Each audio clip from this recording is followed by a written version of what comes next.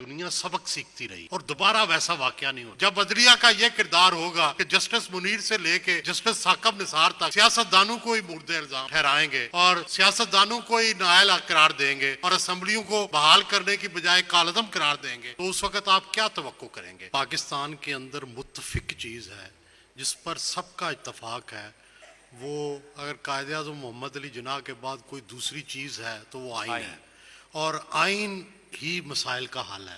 तो अल्टीमेटली बुनियादी मसले का हल तो आइन ही है, आइन से रूगर्दानी नहीं होनी चाहिए। लेकिन अब इस मसले का क्या हल करें कि अगर आइन के तहत ही बनी गई जो सुप्रीम कोर्ट है उसके दो हिस्से हो जाएं और दोनों जो है वो अलग अलग सोचें और दोनों के पास बड़े वैलिड पॉइंट्स हों, तो अब हम जैसे आइन पसंद और हम जैसे लोग जो सुप्रीम कोर्ट की हुक्मरानी चाहते हैं वो क्या करें? जाहिर है हम भी डिवाइड हो जाएंगे। इसी तरह अगर पाकिस्तान की मुल्क की सियासी जमातें बजाय इसके कि पीसफुल स्ट्रगल करें, बजाय इसके कि खुलेआम मार रोड पर आकर या नासर बाग में जाकर वो जलसा करें, वो अगर कोर कमांडर हाउस पर हमला आवर हो जाएं और पाकिस्तान के जो अदारे हैं वो और सियासी जमातें आपस में लड़ पड़ें, तो हम जैसे लोग जो आइन पसंद हैं वो इस वायलेंस को क्या नाम दें?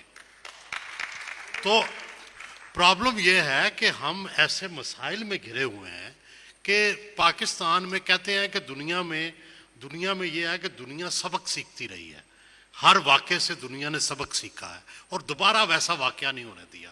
बदकिस्मती से हमने वाक़यात से सबक नहीं सीखा, हमने मशरक़ी पाकिस्तान से सबक नहीं सीखा, हमने मार्शल लॉ से सबक नहीं सीखा, हमने जो इंतखाबात हैं उनसे सबक नहीं सीखा और हर दफ़ा वही दोहराया जो पहली दफ़ा करते रहे, वही गलतियां। आप देखें 71 के इलेक्शन के रिजल्ट्स नहीं माने गए, अवामी लीग जो थी वो सबसे पॉपुलर पार्टी थी, नहीं उसको इक़्तिदार दिया, बल्कि 1.5 साल पीपल्स पार्टी को भी इक़्तिदार नहीं दिया और जब दिया तो GHQ के अंदर जाकर भुट्टो को चीफ मार्शल एडमिनिस्ट्रेटर की हैसियत से जो है इंतकाल इक़्तिदार हुआ, एज वज़ीर आज़म नहीं उन्हें उस वक्त बनाया गया। तो इसी तरह आप देखें पाकिस्तान की तारीख के मार्शल लॉ आया पहला तो सारे अखबारात के एडिटोरियल दूसरे दिन ये थे कि जी पाकिस्तान बचा लिया गया। तो अब अगर हम सहाफ़ी भी ये लिखेंगे, लिखते रहे हैं, हमारे आबाओ अजदाद ने यही लिखा, उस वक़्त के सारे अखबार निकाल लें कि जो पहला मार्शल लॉ लगा 1958 का और जिस दिन गुलाम मोहम्मद ने असम्बली तोड़ी उस दिन अगले दिन के तमाम एडिटोरियल उसके हक में थे। तो जब ये किरदार होगा, जब अदलिया का यह किरदार होगा कि जस्टिस मुनीर से लेके जस्टिस साकब निसार तक सियासतदानों को ही मुर्दे इल्जाम ठहराएंगे और सियासतदानों को ही नाअहल करार देंगे और असम्बलियों को बहाल करने की बजाय कालअदम करार देंगे, तो उस वक़्त आप क्या तवक्को करेंगे कि जिनसे तवक्को है वही पूरी नहीं हो रही।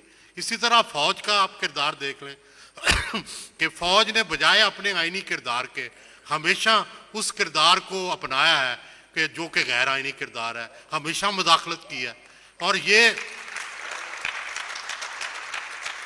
और पाकिस्तान में किसी सियासतदान को सियासत नहीं करने दी, किसी को हुकूमत नहीं चलने दी। तो ये इस सारे का ये नतीजा है जो आप सूरत हाल है।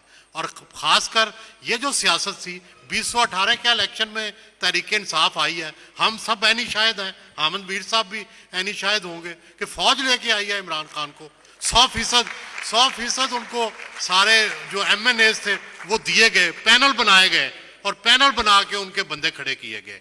तो ये कौन सी इंसाफ था? ये भी गलत था और आज जो हो रहा है वो भी गलत है। लेकिन वाहिद तरीका जो है वो एक ही है, आइन पे चला जाए, जमहूरियत जो है वही वाहिद रास्ता है। सियासी जमातें जो हैं और सियासी लीडर जो हैं इन्हीं को एक्सेप्ट करना होगा, सबको रास्ता देना होगा, तहम्मुल और बर्दाश्त लाना होगा।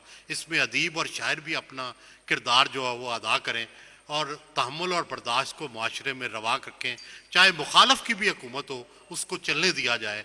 चार्टर ऑफ डेमोक्रेसी जो है मेरा ख्याल है कि 1973 के आइन के बाद ये दूसरी बड़ी कामयाबी थी, 18वीं तरमीम जो है वो तीसरी बड़ी कामयाबी है। इन तीनों को मेरा ख्याल है कि एक्सेप्ट करना चाहिए। इमरान खान साहब से मैंने 2 दफ़ा कहा कि आप चार्टर ऑफ डेमोक्रेसी को मानते हैं, उन्होंने कहा मैं मानता हूँ, लेकिन ऐसा लगा नहीं कि वो मानते हैं।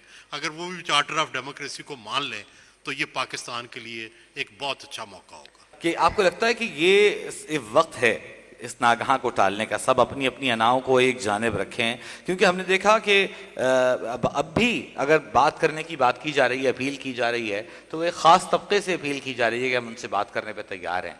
तो ये अनाओं को एक जानिब रखकर सबको मिल बैठकर, तमाम स्टेक होल्डर्स को, जहाँ जहाँ तकसीम और खरीज मौजूद है, एक जगह एक यकसू होकर पाकिस्तान को इस गैर यकीनी की सूरत हाल से निकालने के लिए कोशिश करनी चाहिए। आपको लगता है हो सकता है ऐसा?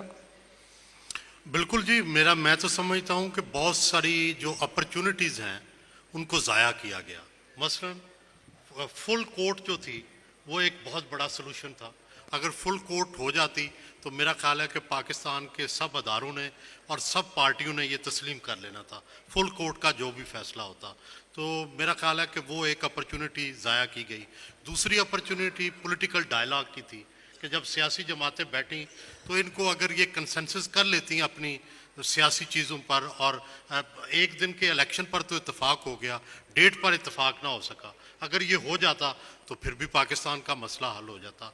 अब भी मैं समझता हूँ कि बेहतरीन तरीका यही है कि बजाय इसके कि अदारों की लड़ाइयों की तरफ देखें, इमरान खान सुप्रीम कोर्ट की तरफ देखे और कि वो सुप्रीम कोर्ट से मुझे रिलीफ मिले, और मुस्लिम लीग नून जो है वो फ़ौज की तरफ रिलीफ के लिए देखे, इसकी बजाय पॉलिटिकल पार्टीज़ डायलॉग करके अगर कंसेंसस करें, पॉलिटिकल कंसेंसस करें, जिस तरह चार्टर ऑफ डेमोक्रेसी हुआ, जिस तरह 18वीं तरमीम हुई, इस तरह क्या इलेक्शन डेट पर इत्तेफाक नहीं हो सकता? अगर इलेक्शन डेट पर इत्तेफाक हो जाए तो सब मसले का हल हो जाए। नागहां को टालने का, सब अपनी अपनी अनाओं को एक जानिब रखें, क्योंकि हमने देखा कि अब भी अगर बात करने की बात की जा रही है, अपील की जा रही है, तो एक ख़ास तबके से अपील की जा रही है कि हम उनसे बात करने पर तैयार हैं।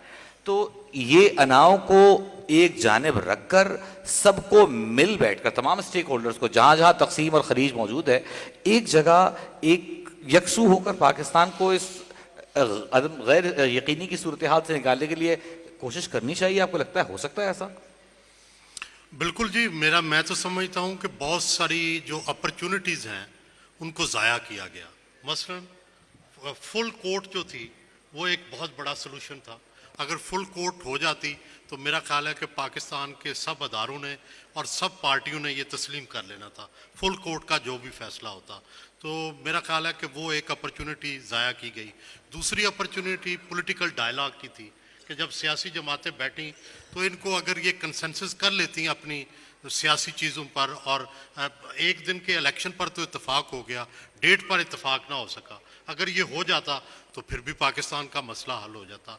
अब भी मैं समझता हूँ कि बेहतरीन तरीका यही है कि बजाय इसके कि अदारों की लड़ाइयों की तरफ देखें, इमरान खान सुप्रीम कोर्ट की तरफ देखे और कि वो सुप्रीम कोर्ट से मुझे रिलीफ मिले, और मुस्लिम लीग नून जो है वो फ़ौज की तरफ रिलीफ के लिए देखे, इसकी बजाय पॉलिटिकल पार्टीज़ डायलॉग करके अगर कंसेंसस करें, पॉलिटिकल कंसेंसस करें, जिस तरह चार्टर ऑफ डेमोक्रेसी हुआ, जिस तरह 18वीं तरमीम हुई, इस तरह क्या इलेक्शन डेट पर इत्तेफाक नहीं हो सकता? अगर इलेक्शन डेट पर इत्तेफाक हो जाए तो सब मसले का हल हो जाए।